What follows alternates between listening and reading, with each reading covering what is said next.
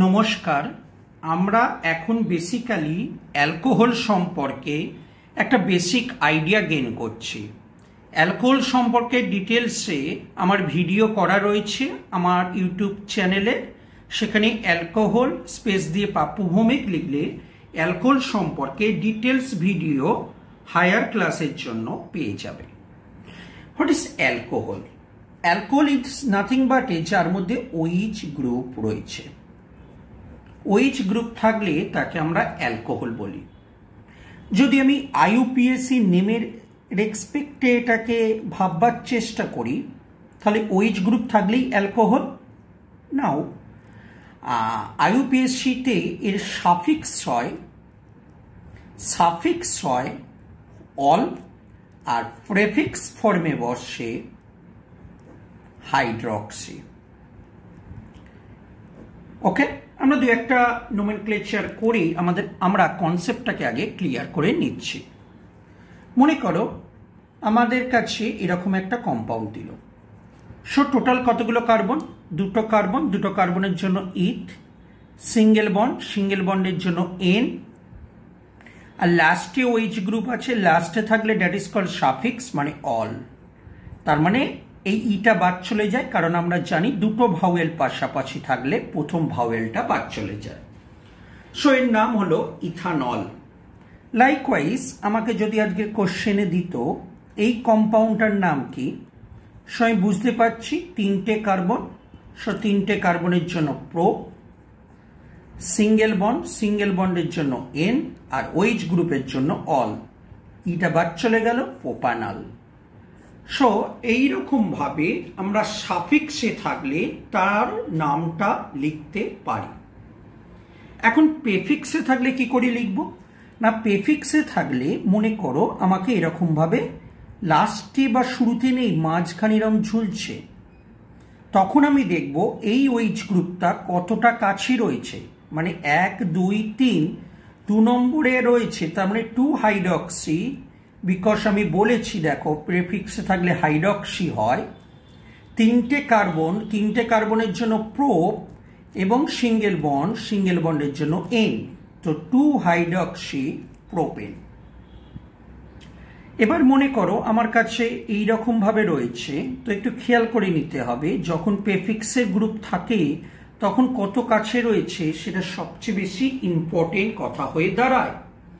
যদি এই রকম থেকে থাকে তাহলে নামটা এইখান থেকে করছি 1 2 3 4, তার মানে OH গ্রুপটা কত নম্বর পজিশনে রয়েছে? 2। তুমি বলবে যে আমি এই দিক থেকে করব, আমি বলবো দেখো তুমি যদি এই দিক থেকে নোমেনক্লেচার করো OH গ্রুপটা 3 নম্বর পজিশনে রয়েছে, আর যদি এই দিক থেকে নোমেনক্লেচার করো OH গ্রুপটা 2 নম্বর পজিশনে রয়েছে। এবং IUPAC নোমেনক্লেচার বলছে যত কাছাকাছি থাকে তত বেটার। তো আমি এই দিক থেকে নামটা আমার কাছে মোর প্রেফারেবল। সো 2 নম্বরে OH গ্রুপ রয়েছে, সো আমরা বলবো 2 হাইড্রক্সি, 4টে কার্বন, বিউট, single bond N, so 2 hydroxy butane. So এইরকম ভাবে আমরা IUPAC নোমেনক্লেচার করতে পারি। এবার আমরা আসছি অ্যালকোহলের ক্ষেত্রে বয়লিং পয়েন্ট সংক্রান্ত ব্যাপারে। তো কিছু ফিজিক্যাল প্রপার্টি আমরা দেখবার চেষ্টা করছি, তার মধ্যে সবার ফার্স্ট হলো বয়লিং পয়েন্ট, BP, বাংলায় বলা হয় স্ফুটনাঙ্ক। দেখো OH গ্রুপের মনে করো একটা অ্যালকোহল রয়েছে OH গ্রুপ, আর একটা অ্যালকোহল রয়েছে OH গ্রুপ। এই অক্সিজেনের সঙ্গে হাইড্রোজেনের একটা বন্ড হয়, this bond is known as a hydrogen bonding. এবং এই হাইড্রোজেন বন্ডিং থাকবার জন্য অ্যালকোহল নিজেদের মধ্যে একটা অ্যাট্রাকশন ফোর্স জেনারেটেড হয়, এবং এই অ্যাট্রাকশন ফোর্সের জন্য অ্যালকোহলের বয়লিং পয়েন্ট অনেক বেশি হয় দেন দ্যাট অফ অ্যালকেন। বলে আমি দুখানা লিখছি, মনে করো একটা ইথানল লিখেছি, আর একটা আমি লিখছি প্রোপেন। দুজনের মলিকুলার ওয়েট কাছাকাছি হয়, মলিকুলার ওয়েট 44 আর এখানে মলিকুলার ওয়েট হয় 46।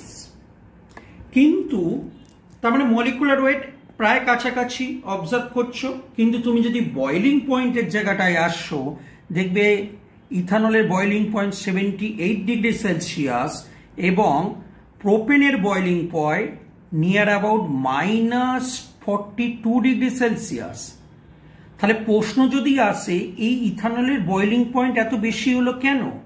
বিকজ ইথানলের মধ্যে OH গ্রুপ আছে এবং আরেকটি ইথানলের OH গ্রুপের সঙ্গে হাইড্রোজেন বন্ডিং করে এবং হাইড্রোজেন বন্ডিং এর জন্য কাছাকাছি থাকে, বিকজ অ্যাট্রাকশন ফোর্স বাড়ে এবং সেই অ্যাট্রাকশন ফোর্সের জন্য এই ইথানলের বয়লিং পয়েন্ট অনেক বেশি হয় দেন দ্যাট অফ প্রোপেন, যদিও তাদের মলিকুলার ওয়েট প্রায় কাছাকাছি। তাহলে অ্যালকোহল যেমন নিজেদের মধ্যে হাইড্রোজেন বন্ডিং করতে পারে, ঠিক তেমনি অ্যালকোহল হাইড্রোজেন বন্ডিং করতে পারে উইথ ওয়াটার, জলের সঙ্গে। এই ওয়াটারের সঙ্গে হাইড্রোজেন বন্ডিং বলবার আগে আমি অ্যালকোহল সম্পর্কে দু একটা জিনিস একটু বলে দিচ্ছি। নাম্বার 1, অ্যালকোহলের OH দিয়ে যদি শর্টে দেখানো হয়, এই যে আর পার্টটা রয়েছে এইটা হলো হাইড্রোফোবিক মানে হলো জলবিকর্ষী, ওয়াটার দ্বারা অ্যাট্রাক্ট হয় না, এবং OH পার্টটা হাইড্রোফিলিক অর্থাৎ ওয়াটার দ্বারা অ্যাট্রাক্ট হয়। এখন অ্যাট্রাক্টটা কিভাবে হয় না, OH আর জল যে H2O এই অক্সিজেনের সঙ্গে এর হাইড্রোজেনের একটা হাইড্রোজেন বন্ডিং করে অ্যাট্রাক্ট হয়,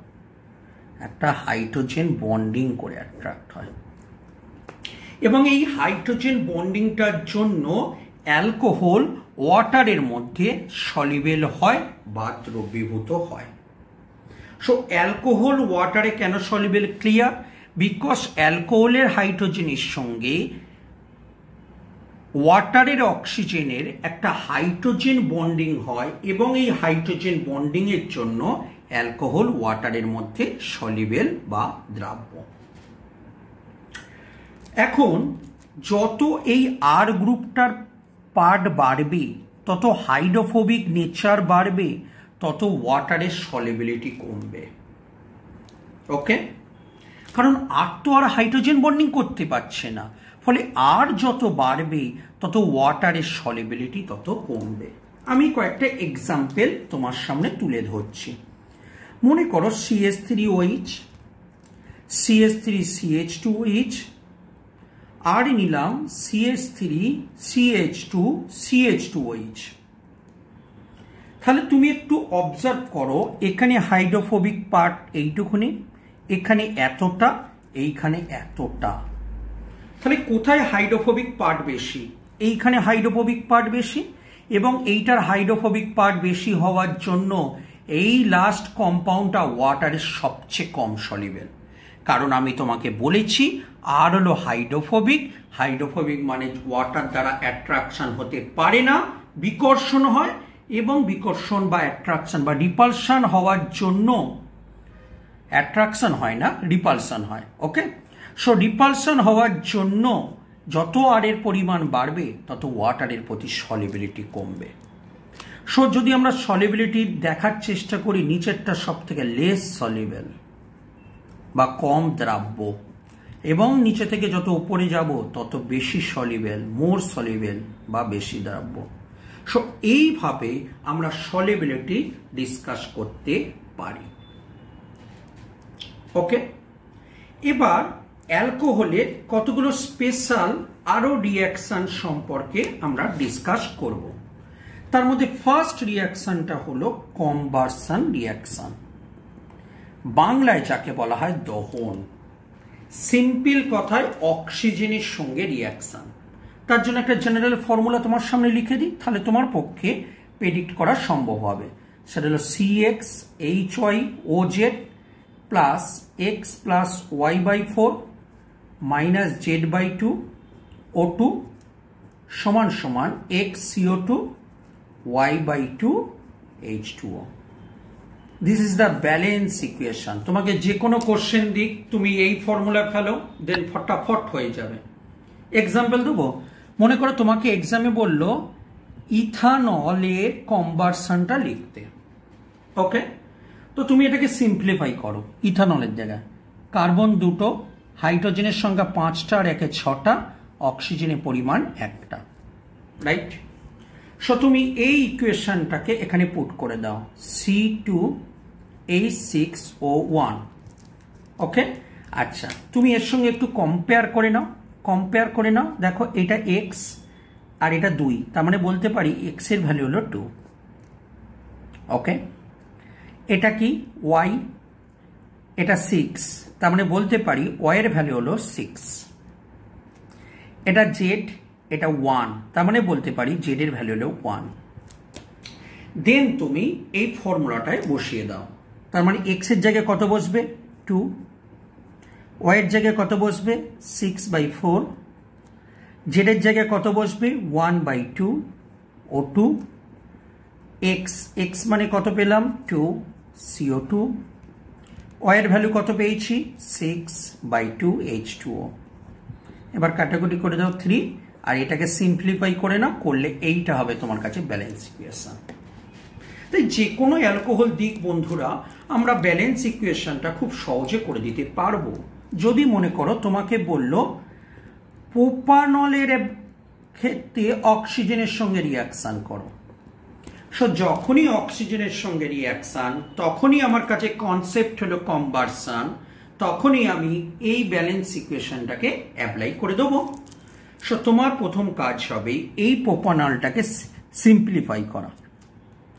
তাহলে কার্বনের সংখ্যা 3টে, হাইড্রোজেন 3টে, 2টো 5টা, 2টো 7টা, আর এখানে একটা 8টা, অক্সিজেনের সংখ্যা 1টা। সো ফ্রেন্ড আমরা যদি এটার সঙ্গে কম্পেয়ার করি, তার মানে এক্স এর ভ্যালু হচ্ছে 3, দেখো ওয়াই এর ভ্যালু কত হচ্ছে 8, জেড এর ভ্যালু কত হচ্ছে 1। দেন এক্স ওয়াই জেড এর জায়গায় ভ্যালুগুলোকে পুট করে দাও, দেন তোমার কাছে ব্যালেন্স ইকুয়েশন হয়ে যাবে আগেরটার মতন। সো কনভার্সন রিয়াকশন সম্পর্কে আমরা বুঝতে পেরেছি। এবার তোমাকে বলি যে অ্যালকোহলকে অক্সিডাইজড করলে, অক্সিডেশন রিয়াকশন করছি, অ্যালডিহাইড তৈরি হয়। ফার্দার অক্সিডাইজড করলে অ্যাসিড তৈরি হয়। সো অ্যালকোহলকে অক্সিডাইজড করলাম, অ্যালডিহাইড তৈরি হলো, তখন আমার কাছে CrO3 pyridine ইউজ করা হয়। pyridine is nothing but this is the structure, hetero cyclic compound. এটা অ্যাড করলে অ্যালকোহল থেকে অ্যালডিহাইডটা তৈরি হয়ে যাবে। আবার অ্যালডিহাইডকে যদি আমরা KMnO4 দিই তাহলে এটা অ্যাসিডে পরিণত হয়ে যাবে। কিন্তু যদি পরীক্ষায় কোনোদিন বলে অ্যালকোহল থেকে ডাইরেক্ট তুমি অ্যাসিডে চলে আসো, তখন তুমি potassium dichromate concentrated sulphuric acid দেবে, অথবা অ্যালকালি KMnO4 দিলে আমার কাছে ডাইরেক্ট অ্যালকোহল থেকে অ্যাসিডে কনভার্ট হয়ে যাবে। তো পরীক্ষায় মনে করো দিল অ্যালকোহল থেকে অ্যালডিহাইড করো, তখন তুমি CrO3 pyridine দিলে। বললো অ্যালডিহাইড থেকে অ্যাসিড করো, তখন তুমি KMnO4 দিলে। আর যদি কোনোদিন দেয় অ্যালকোহল থেকে অ্যাসিড করো ডাইরেক্ট, তখন তুমি পটাশিয়াম ডাইক্রোমেট সঙ্গে কনসেন্ট্রেটেড সালফিউরিক অ্যাসিড এবং KMnO4, অথবা তুমি KMnO4 দিতে পারো। So this is the oxidation reaction. অ্যালকোহলের আর একটা ভালো গুণ আছে, সেটা হলো এস্টার তৈরি করে। তো সেই রিয়াকশনটাকে বলা হয় esterification reaction. So alcohol esterification reaction করে। কিভাবে করে না, এটা করবার জন্য একটা অ্যাসিড দরকার, একটা অ্যালকোহল দরকার, আর প্রাইম দিয়ে লিখেছি এটা, সঙ্গে কনসেন্ট্রেটেড সালফিউরিক অ্যাসিড দরকার। কেন কনসেন্ট্রেটেড সালফিউরিক অ্যাসিড দরকার না, কনসেন্ট্রেটেড সালফিউরিক অ্যাসিড ডিহাইড্রেশন করে জল বার করে নিতে পারে। সো তখন কি হবে, এই OH আর H থেকে জল বেরিয়ে যাবে। তাহলে OH এবং H থেকে যদি জল বেরিয়ে যায়, পড়ে থাকে কি RC double bond O R prime. This is called ester. এস্টারের গন্ধ হলো সুইট স্মেল হয়ে থাকে, মিষ্টি গন্ধ হয়ে থাকে। So this reaction is called esterification reaction. আমি একটা এক্সাম্পল দিয়ে জিনিসটাকে ভালো করে এক্সপ্লেন করছি। মনে করো তোমাকে এই রকম পরীক্ষায় দিল, অ্যাসিটিক অ্যাসিড দিল আর দিল মিথানল এবং সঙ্গে দিল কনসেন্ট্রেটেড সালফিউরিক অ্যাসিড, বলে একটা বিগ জিজ্ঞাসা চিহ্ন দিয়ে দিল কি প্রোডাক্টটা তৈরি হবে। সো ফ্রেন্ড, আমি কি করব, এই অ্যাসিডটাকে আগে লিখে নিলাম CH3COOH। এই অ্যালকোহলটাকে একটু উল্টে লিখলাম সো দ্যাট এই প্যাটার্নটাই লিখতে পারি। সো আমার কাছে CH3OH, তার মানে নিশ্চয়ই বুঝতে পারছো এখানে আর প্রাইম বলতে এখানে CH3, অন্য কিছু দিলে সেইটা হবে, রাম শ্যাম যদু মধু যাই দিক কোনো যায় আসে না, তুমি শুধু জিনিসটাকে উল্টে লিখে নেবে ব্যাস। এবার OH আর H মিলে কি হবে, জল বেরিয়ে গেল। তো জল যদি বেরিয়ে যায় তাহলে কি পড়ে থাকছে, CH3, C double bond O CH3। So ester form করেছে। This reaction is called esterification reaction. সুতরাং এই ভিডিওটা থেকে আমরা অ্যালকোহল সম্পর্কে একটা বেসিক আইডিয়া গেইন করছি। এবার আমরা কতগুলো স্পেশাল অ্যালকোহল নিয়ে নেব এবং তাদের সম্পর্কে একটু স্টাডি করার চেষ্টা করব। প্রথমেই আমি আসছি মিথানল। মিথানল ওকে, এটা কিভাবে পাওয়া যায়, দু রকম ভাবে পাওয়া যেতে পারে, একটা ল্যাবরেটরি সিনথেসিস, একটা নেচার থেকে কি করে পাই। নেচার থেকে কি পাই না, যে কোনো একটা উড চিপ নাও, কাঠের টুকরো নাও, সেটাকে হিট করব কিন্তু অ্যাবসেন্স অফ এয়ার, মানে বাতাস থাকবে না, এয়ার থাকবে না, তখন সেখান থেকে মিথানল তৈরি হতে পারে। এর কমার্শিয়াল ইম্পর্টেন্স মারাত্মক, পরে আসছে। এটা কিভাবে পেলাম, নেচার থেকে। এবার যদি আমরা ন্যাচারাল সিনথেসিসের কনসেপ্টে ভাবি, তখন CO+2H2 কার্বন মনোক্সাইড। এখন তুমি বলবে কার্বন মনোক্সাইড কোত্থেকে পাবো, না কোল বা কয়লাকে পার্সিয়ালি বার্ন করলে, মানে আংশিক দহন করলে, কয়লাকে পার্সিয়ালি বার্ন করলে কার্বন মনোক্সাইড জেনারেট হয়, যেটা হাইড্রোজেনের প্রেজেন্সে অবশ্যই অবভিয়াসলি টেম্পারেচার হাই লাগবে, 300 থেকে 400 ডিগ্রি সেলসিয়াস, 200 থেকে 300 ATM প্রেসারের মধ্যে এটা মিথানল জেনারেট করতে পারে। ওকে, মিথানল নানান কাজে ইউজ করা হলেও বলে রাখা উচিত, মিথানল কিন্তু আমাদের হেলথের পক্ষে কিন্তু খুব খারাপ। বেশ কয়েকদিন আগে ওয়েস্ট বেঙ্গলের সাউথ 24 পরগনাসে বহু মানুষ বিষ মদ খেয়ে মারা গেছিল। তার কারণ, যে মদটা তৈরি হয় ডিস্টিলেশন প্রসেসে প্রপার ডিস্টিলেশন না হওয়ায় তার মধ্যে খানিকটা পরিমাণে মিথানল ছিল, ফলে মিথানলের প্রেজেন্সে আমাদের মৃত্যু পর্যন্ত ঘটতে পারে। এছাড়া যেটা ঘটে সেটা হলো আমরা ব্লাইন্ডনেস হয়ে যাব, অর্থাৎ অন্ধ হয়ে যাব। So this is a methanol. Okay, তার মানে তার টক্সিসিটি, তার প্রিপারেশন সম্পর্কে একটা আইডিয়া করতে পেরেছি। এবার আমরা খুব ইম্পর্টেন্ট একটা ইথানল সম্পর্কে স্টাডি করব। ইথানলকে অনেক সময় বলা হয় গ্রিন অ্যালকোহল, অর্থাৎ ধান, গম, বিভিন্ন শস্য থেকে বা গেন থেকে আমরা ইথানলকে সিনথেসিস করতে পারি, তাই ইথানলকে বলা হয় গ্রিন অ্যালকোহল।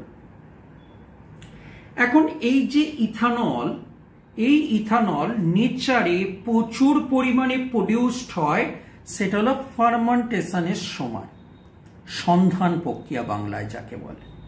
সেখানে কি ঘটে না, সেখানে একটা ডাইস্যাকারাইডের সঙ্গে ওয়াটার এবং মাল্টেজের রিয়াকশনের ফলে দুই অণু বা 2 মোল, আমার 2 মলিকুল বা 2 মোল, যেভাবেই দেখো না কেন, এটা যে আকারে নেবে, মোল আকারে নিলে, মলিকুল আকারে নিলে, যেভাবে নেবে সে অনুযায়ী হবে। সেইটা মনোস্যাকারাইড জেনারেট করে। যে মনোস্যাকারাইড জাইমেস এনজাইমের প্রেজেন্সে এটা ইথানল তৈরি করে, কার্বন ডাই অক্সাইড তৈরি করে এবং 26 কিলো ক্যালোরি হিট জেনারেট করে। Okay, so this is a overall ethanol preparation. এটা নেচারের মধ্যে এইভাবে ঘটে থাকে। কিন্তু কমার্শিয়ালি কিভাবে আমরা সিনথেসিস করব? না, সিনথেসিস করার প্রসেসটা হলো যে কোনো একটা ইথিলিন নাও, এই ইথিলিনের সঙ্গে H2O হাই প্রেসার এবং প্রায় 300 ডিগ্রি সেন্টিগ্রেড টেম্পারেচার এবং অবশ্যই ক্যাটালিস্টের প্রেজেন্সে আমার কাছে ইথানল তৈরি হয়ে যায়। ইথানল কিন্তু যে সমস্ত থার্ড ওয়ার্ল্ড কান্ট্রি আছে ইনক্লুডিং ভারতবর্ষ, সেই সমস্ত কান্ট্রিতে অনেক সময় পেট্রোলের জায়গায় 10% ইথানল এবং গ্যাসোলিন ইউজ করে। 10% ইথানলকে গ্যাসোলিনের মধ্যে মেশানো হয়ে থাকে এবং মেশানোর ফলে সেটা ফুয়েল হিসাবে কাজ করে, যেটাকে বলা হয় পাওয়ার অ্যালকোহল। তাই অনেক সময় কোশ্চেন দিয়ে থাকে ইথানলকে কেন পাওয়ার অ্যালকোহল বলে। আমরা এইটা লিখব, গ্যাসোলিনে 10% ইথানল থাকলে সেটা পেট্রোলের মতন কাজ করে, তাই এটাকে পাওয়ার অ্যালকোহল বলা হয়ে থাকে। সো ইথানলের যদি আমি ইউজ বলি, অবশ্যই প্রথম কথা যেটা বলতে হয়, এটা ফুয়েল হিসাবে এর মারাত্মক ইউজ রয়েছে, মোটর ফুয়েল বিশেষত, কারণ এর এমিশন রেট অত্যন্ত কম হয় এবং ফুয়েল ভালো হওয়ার জন্য যেটা দরকার হয় হাই অকটেন রেটিং। ইথানলের ক্ষেত্রে হাই অকটেন রেটিং আমরা অবজার্ভ করি।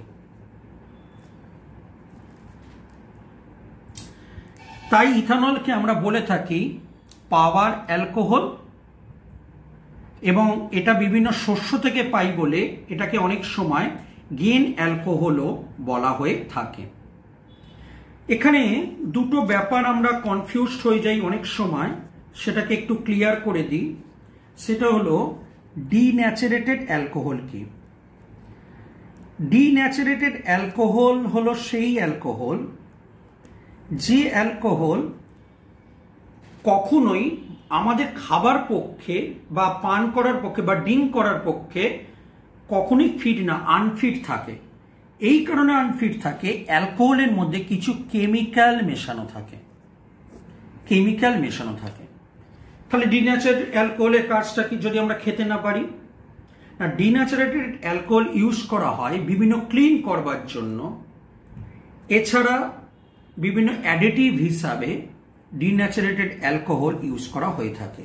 তাহলে নর্মাল অ্যালকোহলের মধ্যে বাইরে থেকে কিছু কেমিক্যাল অ্যাড করে দিলে তখন আমাদের হিউম্যান ড্রিঙ্কিং এর পক্ষে সেটা হেলদি হয় না, সেটাকে বলা হয় ডিন্যাচারেটেড অ্যালকোহল, যেটা মূলত ক্লিনিং এবং অ্যাডিটিভের জন্য ইউজ করা হয়ে থাকে। আর একটা ছোট্ট জিনিস বলে রাখা দরকার, সেটা হলো রেকটিফাইড স্পিরিট কি? অনেক সময় কোশ্চেন দেয় হোয়াট ইজ রেকটিফাইড স্পিরিট। না, রেকটিফাইড স্পিরিট মানে আমরা যে অ্যালকোহল পাই সেই অ্যালকোহল, দেখো অ্যালকোহল মানে পাতি বাংলায় যাকে বলা হয় মদ, দুরকম হয়ে থাকে। একটা দেশি মানে একেবারে মাঠে ঘাটে যেগুলো বিক্রি হয়, যেটাকে আমরা চুল্লু বলে ডাকি। আরেকটি হলো বিদেশি ব্র্যান্ডেড জিনিস। তো দুটোর মধ্যে মেইন ডিফারেন্স কোথায়? না, মেইন ডিফারেন্স তার ডিস্টিলেশন। যত বেশি ডিস্টিলেশন, বাংলায় বলা হয় পাতন প্রক্রিয়া, যত বেশি ডিস্টিলেশন করা হবে তত অ্যালকোহলটা অনেক বেটার কোয়ালিটির অ্যালকোহল হয়। কারণ অ্যালকোহলের মধ্যে মিশে থাকা অন্যান্য যে সমস্ত ক্ষতিকারক জিনিস, সে এক্সাম্পল মিথানল, সে এক্সাম্পল আরো পিরিডিন, যদি আরো কিছু মিশে থাকে, সেই সমস্ত আর কিছু থাকে না, ডিস্টিলেশনের সময় সব চলে যায়। সো যত বেশি ডিস্টিলেশন করা হবে অ্যালকোহল তত বেটার অ্যালকোহলে পরিণত হবে এবং সেই অ্যালকোহলকে আমরা তখন বলবো রেকটিফাইড স্পিরিট। অর্থাৎ যে অ্যালকোহলের মধ্যে মোর দ্যান 90% ইথানল থাকে তাকে বলা হয় রেকটিফাইড স্পিরিট। এবার আমরা আসছি মিথেলেটেড স্পিরিট কি বা মিথাইল স্পিরিট বলে বা মিথেলেটেড স্পিরিট কি। তাহলে রেকটিফাইড স্পিরিট ভালো না খারাপ? নিশ্চয়ই, মানে খাবার পক্ষে ভালো, এই কারণে তার মধ্যে অন্যান্য কোনো ক্ষতিকারক জিনিস মেশানো থাকে না। কিন্তু অ্যালকোহল, ইথানল তো অনেক কাজে ইউজ করা হয়। মনে করো একটা কাঠের দোকানে ইথানল রেখে দিয়েছে, কারণ কাঠের পালিশ করতে কাজে লাগে। তো মালিক রেখে দিয়ে চলে গেছে, তো কর্মচারীরা কি হবে? মালিক চলে যাওয়ার পর খেয়ে নেবে। তাই জন্য কি হয়, ইথানলের মধ্যে অল্প পরিমাণে প্রায় 10% মিথানল মিশিয়ে দেওয়া হয় এবং অল্প পরিমাণে পিরিডিন, ন্যাপথা এই সমস্ত মিশিয়ে দেওয়া হয়। ফলে এই ইথানলটা তখন আর খাওয়ার যোগ্য হয় না। এই জিনিসটাকে বলা হয় মিথাইল স্পিরিট বা মিথেলেটেড স্পিরিট। তাহলে ক্লিয়ার? মিথেলেটেড স্পিরিট, রেকটিফাইড স্পিরিটের মধ্যে ডিফারেন্সটা কোথায়? এবার আমরা আসছি isopropyl alcohol. So isopropyl alcohol কি, কোথায় ইউজ করা হয়? বিভিন্ন স্যানিটাইজার প্রিপারেশনের সময়, হ্যান্ড স্যানিটাইজার তৈরির সময় আমরা আইসোপ্রোপাইল অ্যালকোহল ইউজ করে থাকি।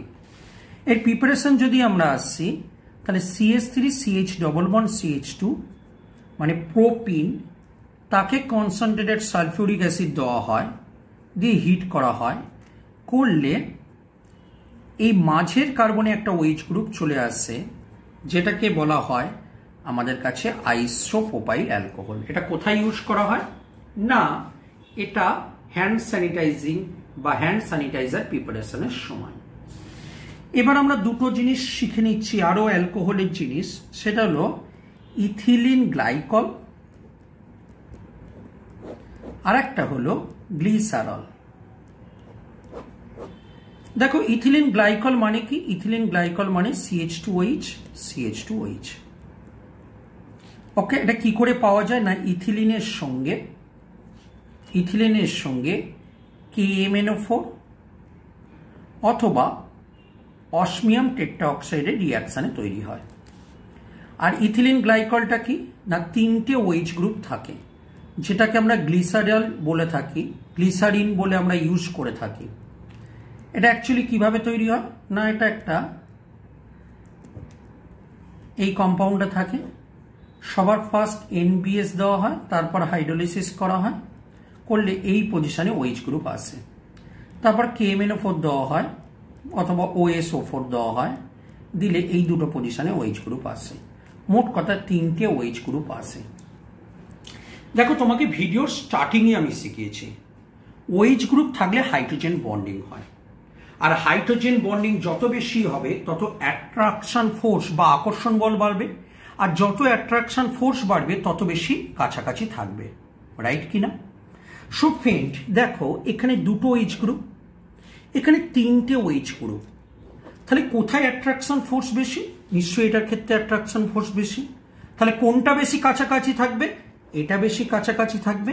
আর যত বেশি কাছাকাছি থাকবে তত তার মধ্যে অ্যাট্রাকশন ফোর্স বাড়বে, কারণ যত ওয়েজ গ্রুপ বাড়ে তত হাইড্রোজেন বন্ডিং এর সংখ্যা বাড়ে, আর যত হাইড্রোজেন বন্ডিং বাড়বে তত কাছাকাছি থাকবে, কারণ অ্যাট্রাকশন ফোর্স বাড়বে।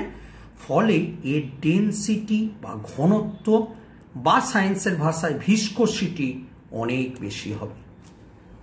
তাই জন্য তুমি দেখবে গ্লিসারল নিলে দেখবে হাতটা চটচট করে অনেক সময়, তার কারণ হলো ওর মধ্যে হাইড্রোজেন বন্ডিং এর সংখ্যা বেশি। সো এইভাবে আমরা অ্যালকোহলের একটা বেসিক আইডিয়া পেতে পারি। আর ডিটেলসের জন্য অ্যালকোহলের রিয়াকশন বা অন্যান্য কিছুর জন্য যেটা 10+2 লেভেলে পড়ানো হয়, সেটার জন্য আমার সেপারেট ভিডিও করা রয়েছে, তুমি দেখতে পারো। তো অ্যালকোহল চ্যাপ্টারটাকে যদি একটু সামারি করি, তাহলে কি দেখব? আমি তার IUPAC নোমেনক্লেচার দেখব, তার physical property, boiling point, melting point, ওয়াটারের সঙ্গে সলিবিলিটি দেখব, তার নর্মাল কতগুলো রিয়াকশন। নাম্বার 1 হলো তার মধ্যে কনভার্সন রিয়াকশন, নাম্বার 2 হলো তার মধ্যে রেডক্স রিয়াকশন দেখব। আর কি দেখব? তার এস্টারিফিকেশন রিয়াকশন দেখব। এস্টারিফিকেশন রিয়াকশনটা আমরা শিখেছি, কনভার্সন শিখেছি। আরেকটি ছোট্ট জিনিস বলে রাখা দরকার, অ্যালকোহলে ডিহাইড্রেশন রিয়াকশন। সো আমরা অ্যালকোহলের এখন ডিহাইড্রেশন রিয়াকশন দেখব, খুব ইম্পর্টেন্ট এক্সাম পারপাসে, খুব ইম্পর্টেন্ট ডিহাইড্রেশন রিয়াকশন। সো দেখো আমি একটা ইথানল নিলাম, এই ইথানলে দুটো রিয়াকশন করছে। ওকে, একটি রিয়াকশন হলো 140 ডিগ্রি সেলসিয়াসে, একটি হলো 180 ডিগ্রি সেলসিয়াসে। যত টেম্পারেচার বাড়বে মলিকুলগুলো এক থেকে অপরের দূরে সরে যাবে, আর এটার সঙ্গে রিয়াকশন করছি কনসেন্ট্রেটেড সালফিউরিক অ্যাসিডে। দেখো নামটার সঙ্গে নিশ্চয়ই তুমি পরিচিত, ডিহাইড্রেশন মানে জল বেরিয়ে যাবে। সো আমার রিয়াকশনটায় ওয়াটার মলিকুল যে কোনো ভাবে হোক বেরিয়ে যাবে। এখন আমরা যদি তাকাই 180 ডিগ্রি সেলসিয়াস, টেম্পারেচার অনেক বেশি। সো টেম্পারেচার যখন অনেক বেশি তখন কি হবে, একটা মলিকুল নিজেদের মধ্য থেকেই জল বার করে দেবে। তাহলে OH গ্রুপ আর এখানে H গ্রুপ লিখলাম, নিজেদের মধ্য থেকে জল বেরিয়ে যাবে, অর্থাৎ এই বন্ডটা এখানে পড়বে, এই OHটা বেরিয়ে যাবে। তাহলে এই OH আর H মিলিয়ে H2O তৈরি হবে, আর এই বন্ডটা এখানে পড়লো, আই রিপিট এই বন্ডটা এখানে পড়লো, তার মানে CH2, একটা সিঙ্গেল বন্ড তো ছিলই, কিন্তু এই বন্ডটা যেহেতু এখানে পড়েছে এখানে আর একটা বন্ড তৈরি করবে। এটা কত ডিগ্রিতে হবে না 180 ডিগ্রি সেলসিয়াসে ঘটনাটা ঘটবে। কিন্তু তুমি একই রিয়াকশন যদি 140 ডিগ্রি সেলসিয়াসে করো তখন মলিকুলগুলো কাছাকাছি থাকবে, কারণ টেম্পারেচার বাড়ালে একে অপরের থেকে দূরে পালায়। তো টেম্পারেচার তুলনামূলকভাবে কম আছে, তখন মলিকুলগুলো তুলনামূলকভাবে কাছে থাকবে, এবং তখন কি হবে, নিজ একটা মলিকুলের সঙ্গে আর একটা মলিকুল থেকে জল বেরিয়ে যাবে। ওকে, তাহলে লো টেম্পারেচার কি মনে করে দুটো পেন, যখন লো টেম্পারেচার কাছাকাছি থাকবে তখন নিজেদের মধ্য থেকে জল বেরোবে, যেটা এই কেস। আর যখন হাই টেম্পারেচার একজন অপরজনের থেকে দূরে সরে গেছে, একাই রয়েছে, তখন কি হবে, সে নিজের মধ্য থেকে জল বেরোবে, যেটা এই কেস। সো এখানে একটা মলিকুলের সঙ্গে আর একটা মলিকুল থেকে জল বেরোবে এবং প্রোডাক্টটা হবে CH3CH2O CH2CH3। তার মানে আমি এখানে অ্যান্সারটা কি লিখবো, 140 ডিগ্রিতে হবে CH3CH2O CH2CH3, আর 180 ডিগ্রিতে হবে CH2 double bond CH2। This reaction is known as a dehydration reaction. So dehydration reaction আশা করব ক্লিয়ার। সো এই ছিল ওভারঅল অ্যালকোহল সম্পর্কে বেসিক আইডিয়া। সো তার general preparation, property, IUPAC nomenclature এবং রিয়াকশান এবং পসিবল সমস্ত এরিয়া আমি ডিসকাস করেছি। আশা করব ওভারঅল ভিডিওটা তোমার উপকারে আসবে। যদি উপকারে আসে আমার পরিশ্রম সার্থক হবে। নমস্কার।